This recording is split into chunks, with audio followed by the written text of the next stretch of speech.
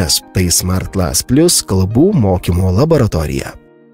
Kalbų laboratorija bendraja tokia prasme, tai yra specializuota mokymosi erdvė, skirta užsienio kalbų mokymusi ir tobulinimui. Pati erdvė gali būti fizinė klasė, kaip turim šiandien čia ar ne, ir gali būti virtuali mokymosi platforma, kurioje mokiniai turi galimybę bendrauti, tobulinti savo įgūdžius, būtent pasitelkiant tą specializuotą programinę įrangą. Fizinė klasė dažniausiai yra sudaroma būtent iš kompiuterių, ausinių su kryptiniais mikrofonais ir pačios programinės įrangos. Virtuali mokymosi platforma būtent yra skirta mokytis internetu, kai kiekvienas dalyvis, mokinys ir mokytojas gali prisijungti nuotoliniu per internetą, turėdami bet kokį išmanų įrenginį. Pati programinė įranga, sakyčiau, susideda iš 3 pagrindinių komponentų. Tai yra pati programinė įranga, kur mokytojas gali kurtis užduotis pats, nepriklausomai kokiai užsienio kalbai, pasitelkęs tam tikrais šablonais, tai vėlgi gali būti kvizai, tam tikri raidžių įrašymai, sakinio struktūros sudėliojimas ir panašiai. Kita dalis, kuri yra labai mėgstama mokytojų būtent fizinėse klasėse,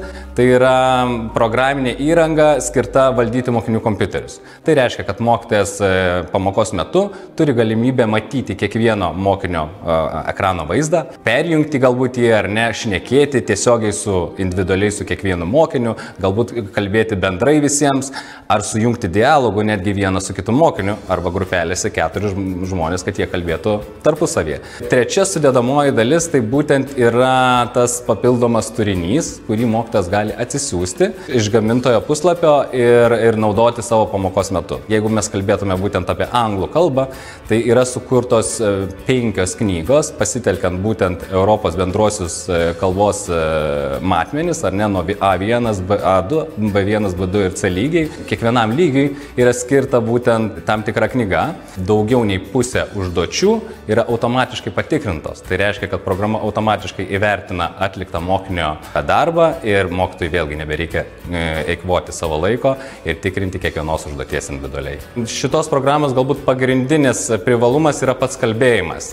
Įprastos pamokos metu didžioji dalis pamokos dažniausiai skiriama teorijos aiškinimui, užduočių sprendimui, skaitimui, rašymui.